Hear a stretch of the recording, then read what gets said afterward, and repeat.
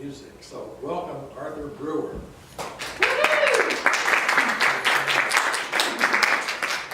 Thank you. Am I loud enough without a microphone? Yes. Okay, great.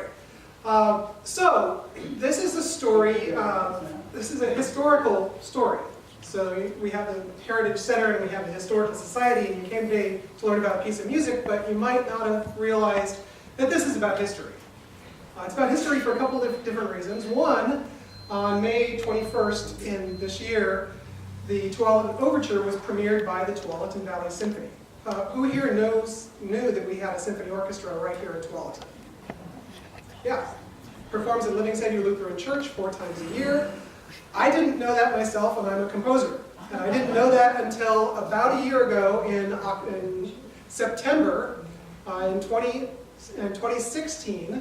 I went to a Tualatin Chamber of Commerce event, and I met one of the people who plays in the orchestra. I met Celia Volk, who is a cellist and is the treasurer of the orchestra. And she said, I play for the orchestra. And I said, well, I don't get downtown that much. And she said, no, I play for the orchestra here. And I said, we have an orchestra? And she said, yes, we do. So she invited me to the October concert. And the October concert blew my mind. First of all, I was expecting that it was going to be kind of a small, a volunteer orchestra. You have this idea of what it's going to be in your head. And our orchestra is a fantastic orchestra. The players are really, really good. The programs are really, really good. And the conductor and the music director is very talented. He's a man named Mark Perlman. And I met him at that concert. So I went and saw the concert. After the concert, I went up and introduced myself. He said, oh yes, Celia mentioned you, and she's sent me the link to some of your music. I understand you compose these different things. And we had this little conversation, and I kind of said in there somewhere, so do you do music by living composers? Do you do music by local composers? And Dr. Perlman said, yes, we do. In fact, in the February concert, we have a piece of music that's by a Salem composer, and he will also be playing a cello concerto. But the May concert has some program space in it, and if you'd like to write a piece, we could perform it. Wow. So I kind of took him up on that. The opportunity for, and I consider myself an emerging composer. I'm a composer who's not terribly well known. I don't have lots of works that are performed all over the world. So I'm an emerging composer. And for an emerging composer to get an orchestra to play a piece of music is a very, very big thing. So he said, we've got the Tualatin Valley Symphony Orchestra. Why don't you write the Tualatin Valley Overture? And I thought, Tualatin Valley, the whole valley seems like a lot to write about. So what if we just did the Tualatin Overture?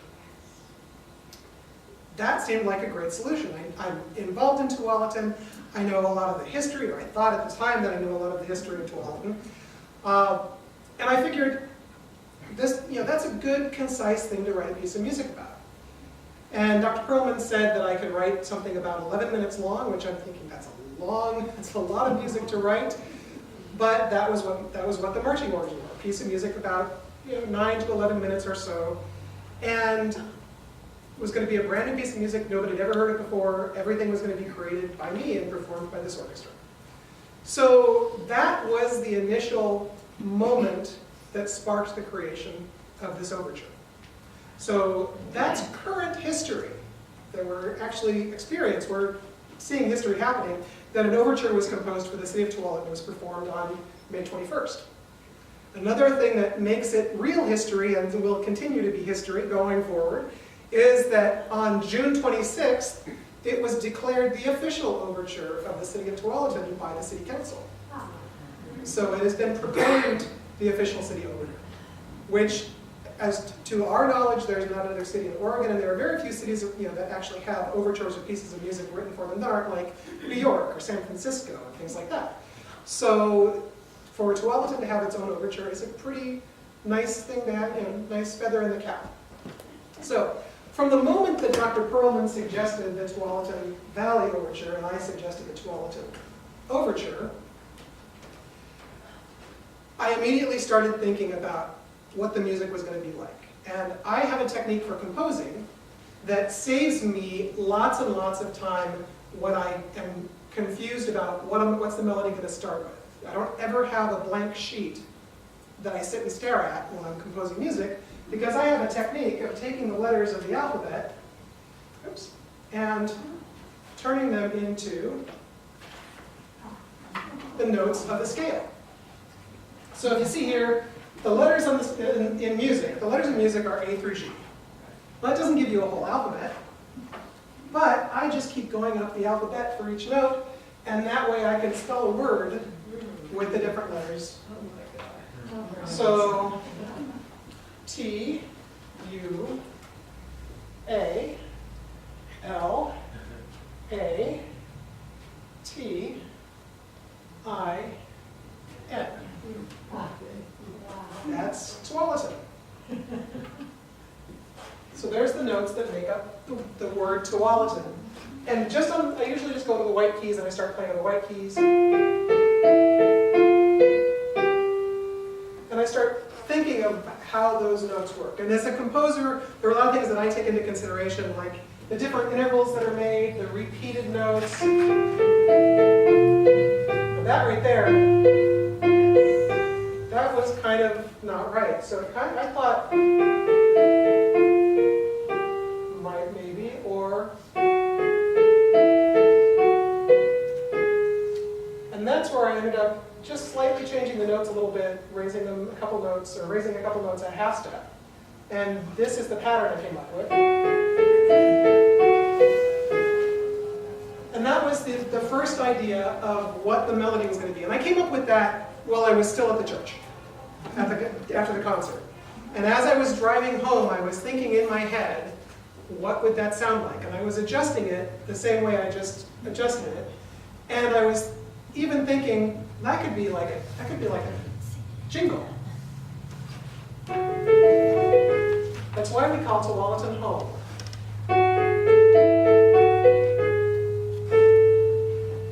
So I was thinking really in terms of how could I make this something really about Tualatin, make it something that Tualatin could be proud of and could share and could use.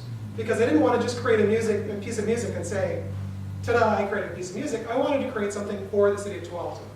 And I did have in mind that this could potentially be something a little bit historical, and it could be something beneficial for the city. So you'll hear that melody. You'll hear that in a section later in the piece. It didn't turn out to be the main melody, despite the fact that at first I thought it was going to be. I pretty quickly reached out to Larry, and I said, I need to know if you were to take, if you were to write a piece of music about Tualatin, if you were to encompass Tualatin, what would the different things be that you'd want to summarize in a piece of music, or in just a statement and a message about Tualatin? And he gave me some really nice pointers. So he mentioned land of giants. We had megafauna, we had huge floods, so giant animals and giant floods. And we had I hope I pronounce it correctly, the Tualatin or Tualatin tribe, the Native Americans who were here back about as far as the Mastodons, probably. So we had those two things, and we had the pioneers, the American history of the city of Tualatin. So there's these sort of 4 elements of history that he mentioned. And of course, being a member of the chamber and being involved in Tualatin right now and wanting it to be about Tualatin now as well as Tualatin's history, I was thinking we need to have an energetic fanfare, a motivational theme that will move people and make people excited about the city of Tualatin.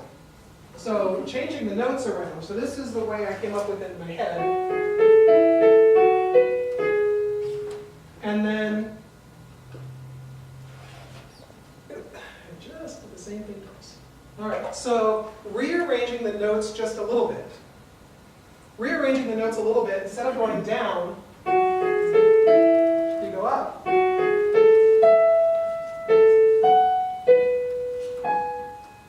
It has this optimistic, bigger sound, much more energetic. So that's, and that was what I came up with using the same notes. to make the fanfare motif, which is at the beginning and the end of the piece. Going down,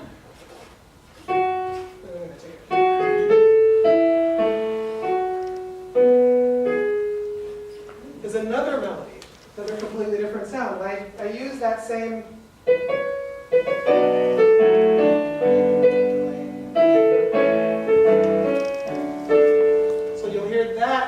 melody, and these melodies are in the main section of the piece. So, taking the melody, this is a great thing composers do. You play with the notes and you move them around and you do all sorts of different things with them. In this case, I turned it upside down. You take the notes and you just make a mirror image of them. So, that's going up, and then this is going down.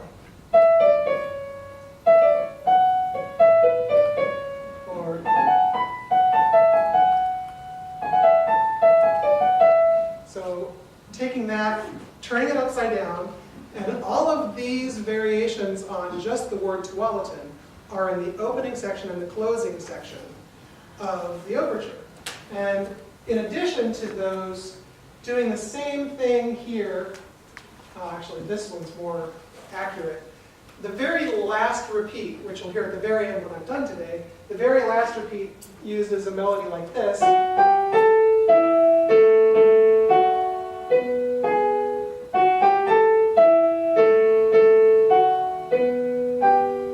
And that's the very last repeat of the entire piece. So let's start with listening to the opening of the Tualatin Overture.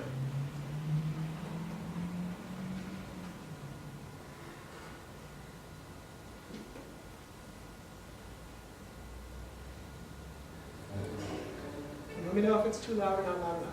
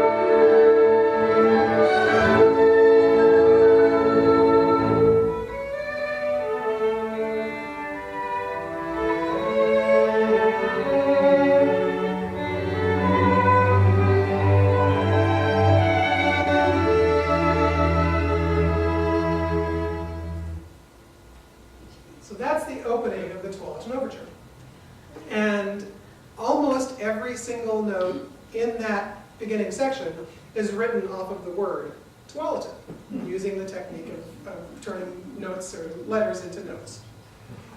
So that gave me a cap. I was planning on making an overture that had something at the beginning, something at the end, and something in the middle. And the something in the middle I wanted to be the history and the personality, the background of Tualatin. And so Larry's notes gave me some really good starting points. And I also happened to purchase one of the books from the Heritage Center and started reading through it. And I realized there is just so much history, and the great majority of this book. This is Tualatin from the beginning, which does take it back to the Missoula floods and things like that. But the great big chunk of this book is all the history that's happened just in the past 150, 160, some years of this city happening. So how to tell that musically? And I didn't want the piece to be structured in a way where all of the big big stuff was at the front or was all at the end. I wanted it to have a flow to it. And I was trying to figure out how to make the music flow, how to make a story, how to tell a story. And I'm not quite sure exactly when it occurred to me, but at some point it occurred to me, well, let's go backwards in time. Let's start right now and talk about what's going on, as if we were wandering around the lake at the Commons, wandering around the lake, and we walk around and we see things that are current things.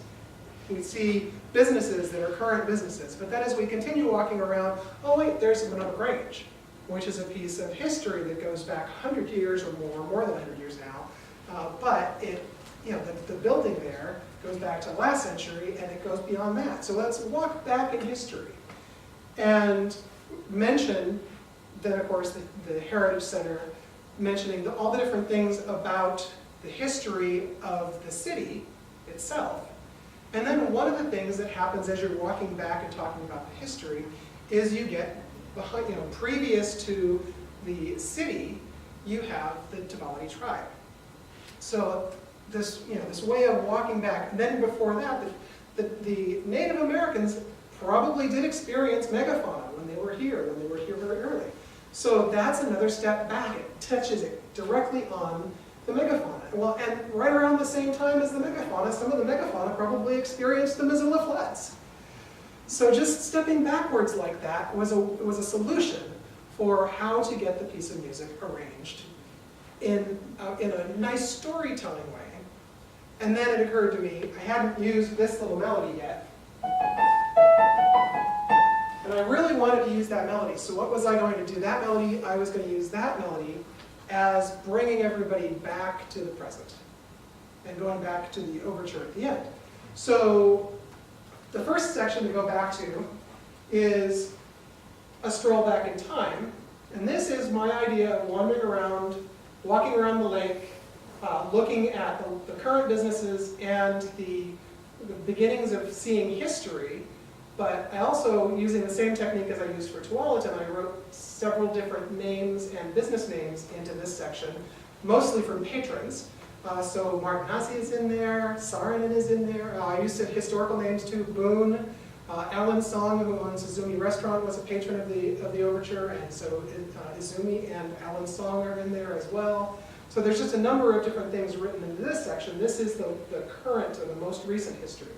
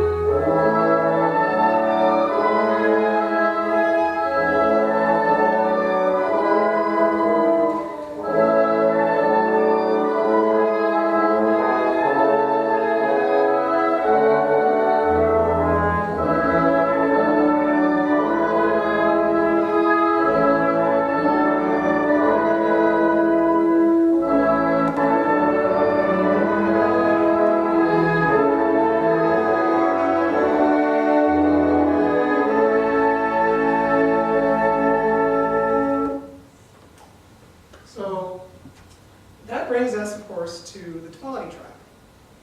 And I had a very challenging time with this section of the Oveture.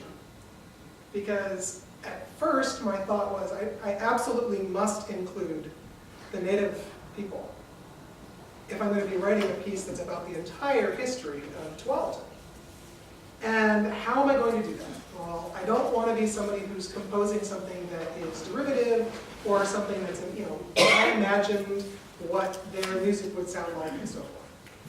So I was in a bit of a bind, and I reached out to the tribes of the Grand Ronde, And I said, do you have an actual melody that I could write and compose into the overture? Because I would really like this to not be about me composing something. I would like this to be about the Tualatin people. I would really like this to be something that is legitimately historical, instead of just me coming up with something. And unfortunately, I ran into a situation I understand completely. They do not want their music performed outside of their presentation of it. They don't want their music to be grabbed by other people. They don't want it to be displayed differently than their music. And their music is very often holy and very often personal. And so they said, no, we can't give you a melody to use. And I just had no idea what I was going to do. It was getting down to 2 months before the overture was going to be premiered. I had an idea of what I was going to do. And I reached out, I mentioned this to the orchestra, and one of the people in the orchestra connected me with a historian, I apologize, I can't remember her name right now, but she's up in Hillsborough. From, oops, let's see. From the very last surviving member of the Tualatin tribe. There was an interview with somebody who was interested in the music. And I cannot believe that this landed in my hands this way. This is documentation of a special piece of music that the person who was doing the interview noticed. It was different than the other pieces of music. This bit of music was 4-part harmony. And most of the pieces of music that they sang, they were melodies and so forth. And they had a particular scale that they would use. But this is essentially somebody handing me sheet music of a piece that was written or performed by the Tualatin people.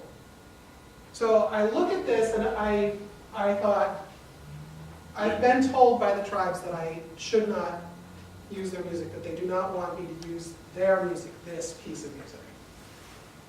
And basically, just to kind of show you how this would sound, it would be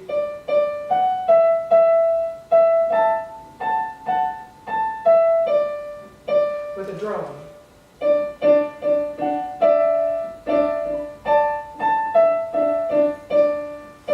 So something like that. So I wasn't going to use this piece of music, but the interview describes exactly the scale of notes that they would use. They would basically use those notes in a scale. They, in this situation, would perform a piece of music that had a drone in the bass and had a melody up in the top that occasionally split into 2 parts, but didn't always stay in 2 parts. So even though I couldn't use a piece of music or a melody that was a legitimate Tualatin melody, I had a style of the notes that I could, at this point, yes, it's going to be derivative, yes, it's going to be something that is my interpretation of what their music would sound like, but rather than saying this is their music or their melody, this is me trying to give a feeling of the Tualatin people, to try and move people who are listening to the overture to think about the fact that there were Native Americans, there were people living here for thousands of years prior to the city of Tualatin being. So with that in mind, and also the author of the interview said that very often what would happen is as people were singing these pieces of music this way, that they wouldn't start at exactly the right spot. It's like a round and it keeps going, but somebody's singing here, you get to the end and then you start over again, but sometimes somebody would start in the middle and kind of overlap. And you end up with this big wall of musical sound that really didn't necessarily all fit together, but because it was those notes, it ended up being a pretty sound and still being very beautiful to listen to, and it didn't end up being dissonant and messy to listen to. So this is what I composed for the memory of the Tualatin people. Again, using this technique of composing and having to compose something with my own technique, and it does use the word Tualatin as the notes.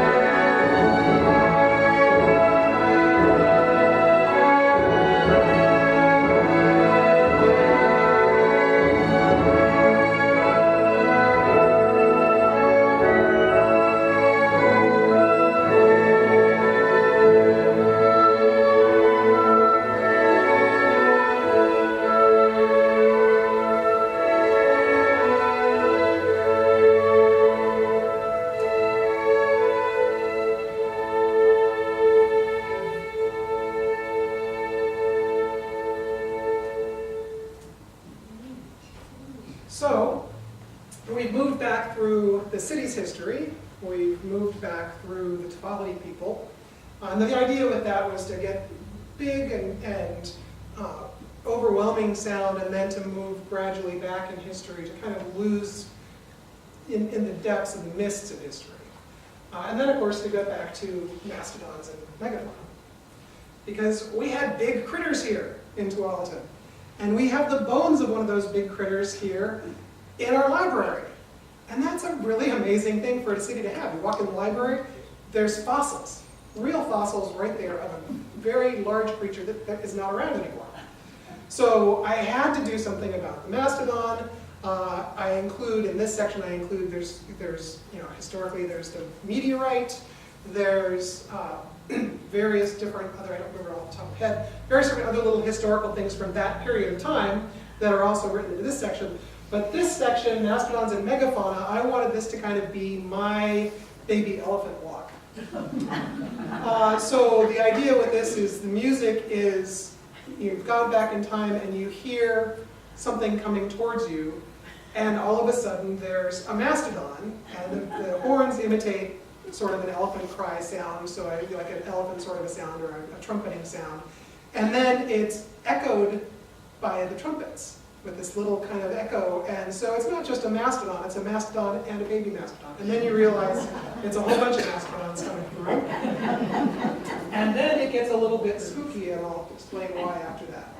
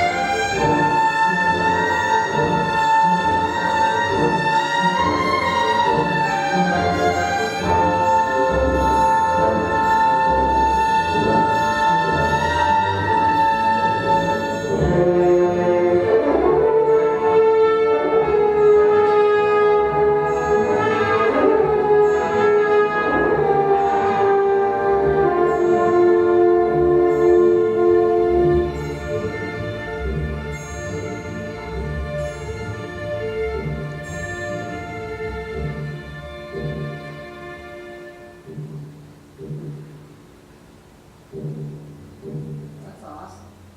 Thank you. So we've moved back and we've explored the megafauna, but then another huge event, or series of events that happened here in the Tualatin Valley and in Oregon in general, are the Missoula floods. So imagine, if you will, just walking down the street, and all of a sudden you kind of hear something. Something doesn't seem quite right. Maybe there's a whole bunch of birds going one direction. So try to picture that idea of what's wrong, what's happening, and you turn and you look, and there's 200, 300 feet of water rushing towards you. A tidal wave inland. Imagine what that would be like.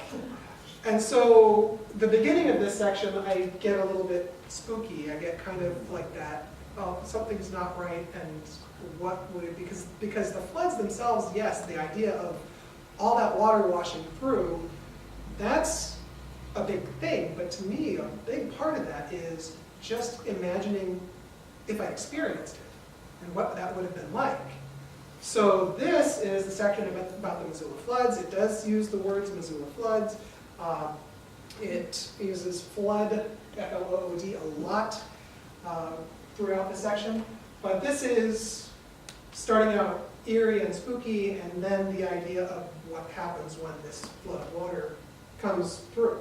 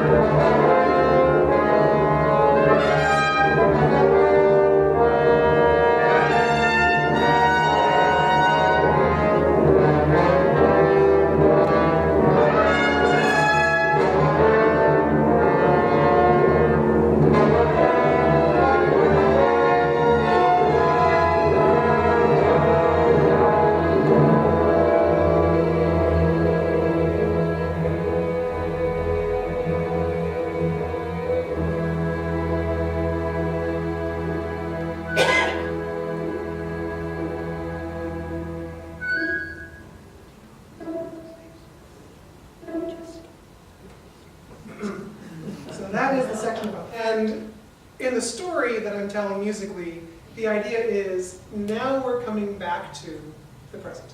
I need to get back to the overture. I need to get back to celebrating Tualatin. So how do I do that? Well, in my mind, the transition, it was helped along a little bit by someone who will remain nameless, Annette Sarn, who said that she thought that a great tagline for the city of Tualatin would be, "It's not just the boulders that are rag."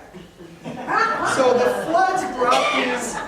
flood brought these big boulders, one of which is sitting out there, and they brought icebergs floating in the water. The icebergs got dropped when the floods receded, and there's these great big rocks that just seem to have come out of nowhere. Well, they didn't come out of nowhere, they came out of Missoula, Montana.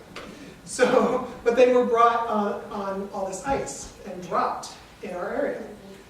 So I thought that was a great idea. I wanted to include that in the overture, just the idea of that, but I needed to get from the floods back. Well, this is a nice little tagline to bring us from the history to the present, from the past to the present. And the idea of not just the boulders being erratics, we have people who paddle around in giant pumpkins. We have people who wear crawfish hats, big part of the year. So we've got these very fun things that happen here in Tualatin. Those were just two examples. The crawfish festival, the pumpkin regatta. And so I wanted to celebrate the nature, the current natural beauty that we have, and also the events that happen here, the things that happen in our city.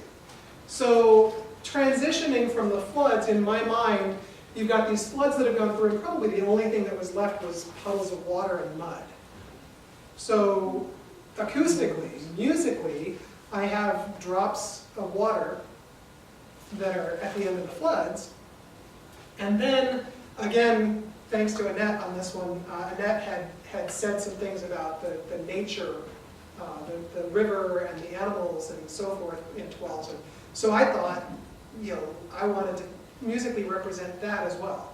So the drops of water left over from the flood in a transition, a movie fade from drops of water in mud to drops of water on the river, and the sound of birds, and the sound maybe of frogs, and then people running on the paths in our parks. So, and then as they're running down the path along the river, along the historical walk, eventually they get, they run around and they get to the lake, and they are maybe seeing people on pumpkins, paddling around the lake in pumpkins. Or they're seeing whatever, fun events are happening here at Tualatin as they do that. So this section is an upbeat section. It's fun, it's funny. If this was a symphony arrangement, this would be like a scherzo in a symphony. This is the fast, kind of happy section of the piece. And then at the end of this, it will jump back into the overture from the beginning again. And I'm just going to go ahead and let it play from here. So it'll play out the last section. Again, remember the main theme, that's the overture theme, and then it's the same melody basically. That's the main theme. We've got the upside down theme in there, and then the very last time the overture is repeated, there's one more melody that's brought in that is the same arrangement, but it's laid on top of everything else, and that is.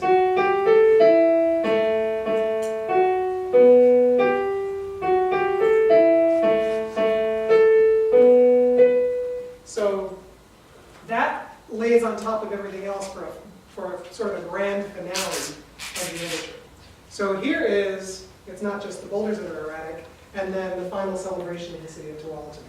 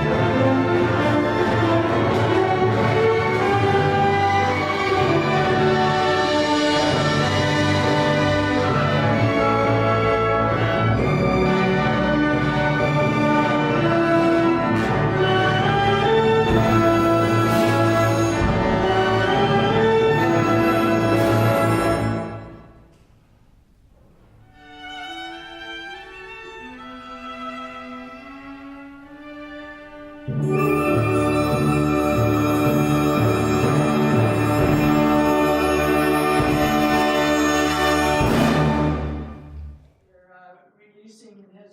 the book of Henry Zink. He's a linguist at the Grand Ron. He took that, the wording of what he just showed you out of a book all in the Tualatin language, not in the English language. He has converted that to English, and it's a story of Leonard and his father, 1896, living in the Grand Ron Reservation, and the language was Tualatin, or Tualatin, the last person to ever speak it. He passed away in 37, but you have a piece from that. I didn't know there was music involved. It's quite a thing. It's going on sale today at most book. Oregon State University Press is one, and Amazon.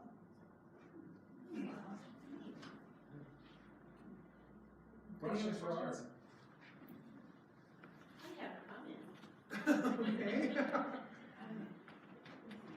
Hi, I'm Annette Sarnin, a local eccentric. And Lois is right there with me. Arthur composes for regular folk as well. So if you would like to honor your loved ones with a special composure, he does that. And I had the honor of Art composing a song for my granddaughter Aurora, who was majoring in chemistry. And the song is called Chemistry. And she's a tough little cookie, and nothing really shakes her. But when we presented this for her 21st birthday, she had tears in her eyes. So I know that was a hit. So you too can have a song composed by this wonderful young man, and it'd be a great thing to do for your loved ones. Yeah. How about some more questions? Yeah. Was there a moment where you were able to sit down and hear for the first time the entire symphony do? The way that they, first of all, the way they rehearse and the way that I was finishing up working on it. The flood section took a lot of work for me. Like I said, the experience of the flood ended up being what I wrote about, the idea, the emotional experience of what it would have been like to see the flood coming through. But at first, when I was just trying to compose something about a flood, it didn't inspire. So the flood section was done maybe a month before, so 3 or 4 rehearsals before the actual performance. And the Tualatin section was one of the last sections that I composed too, because it was down to the wire as to what was I going to do. Fortunately, because it wasn't terribly complex melodically or harmonically, that was fairly easy to do. The first time I got to hear it from beginning to end was during the dress rehearsals. And that was exciting in and of itself. The next day, sitting, and this was not the first piece of music performed by orchestra that I heard, but this was a piece of music that I composed just for orchestra, just for this ensemble, just for this occasion. Sitting there in the audience, I kept reminding myself to pay attention and not just like pass out, but to like focus on what it sounded like as well as the fact that it was happening. So it was really, I would say it was more the day of the performance that I really got to enjoy and experience the music very much like the audience did. It was fascinating. Thank you. I really appreciate it. Yes. There's a I just question. want to say I found the music really stirring and it made me proud to live in Tualatin. Well, thank you. That's a great compliment to me. And that was what I was going for. I wanted it to be something that would move people, that would represent the city really well, because I think it's a pretty amazing city. I think there's a lot of stuff going on here, and I think the history of the area is really something to be interested in and learn about. Did you have a question? Oh, guess not. Just got a comment. I think you should come back for the second and third version of this, because there's so much more being unearthed today than we didn't know years ago. I'm for it. And there are all sorts of current historical people that are worth talking Oh, to yeah. too. Absolutely. Well, I'm planning on doing just a piano arrangement of all of the different melodies kind of stretched out to make like a piano CD, to explore more of the melodies and the things that I experienced and the things that I created. Because you can see with just the word Tualatin, there was a lot of stuff to explore and come up with. And at first I was worried, how am I going to fill 10 minutes of music? And then my concern was, how am I going to keep this down to 10 minutes of music? Because we ended up with essentially 7 sections in the piece, and if I divided that among 10 or 11 minutes, each section was going to be really, really short. So the sections, while they have personality and they do talk about the history in that section of the piece, they are relatively short for, it's not really like a symphony where you have a movement and then another movement and so forth. This is very much an overture with different little sections of melodies in it. Do you have to divide that to understand when you're listening to it what you're trying to tell us? Could you repeat the question? If we're listening to the Tualatin Overture, how do we know what you want us to know from the music? Well, Are there words? there are notes that go along with the overture as far as program notes. But I think if you just have a general idea of what the section names are, the music speaks for itself. Because you can't miss the mastodons. I've seen it. The And so quality you explained section it in very that much. brochure? I have copies of the program notes that are available. It's available in the score itself, which I can produce more copies of the score itself if we want to do that. And you can get those, you can ask for those through the Heritage Center, they can arrange for those. And there is going to be more information online about it. There's a full set of notes with the YouTube video as well. So yeah, there's more about it in there, but I do have copies of the program notes that were with the concert. 2 more questions. Do you have an idea of how many hours you spent creating this? No, I don't really. I didn't track the time, like sitting down and clocking myself, but now I kind of wish I had. But there was also time, like when I was driving back from that first concert, thinking of the melody in my head. You could say that was 10 or 15 minutes of work, but I was driving, and I was thinking in my head about stuff, but I wasn't necessarily sitting down at a computer or sitting down at my keyboard. And there were a number of melodies, there was a lot of work that didn't turn into anything that ended up in the overture. There was a lot of music that ended up, still sitting in my sketch pad as to possible other melodies that I could use, which is again why I was thinking about turning it into something bigger with a piano, piano recording, something like that. Yeah. Is that something that the Tualatin High School kids could play? I am working on an arrangement of it that is at grade level for performance by high school. Also for concert band. Great for them. Yeah, I'm reducing some of the more technical stuff that's in for orchestra, and I've got notes out to Reggie at the high school for arranging it for a concert band, making sure that I got some notes for that, for making sure that it could be performed by high school performers. Yes. Yeah. Is there a CD available?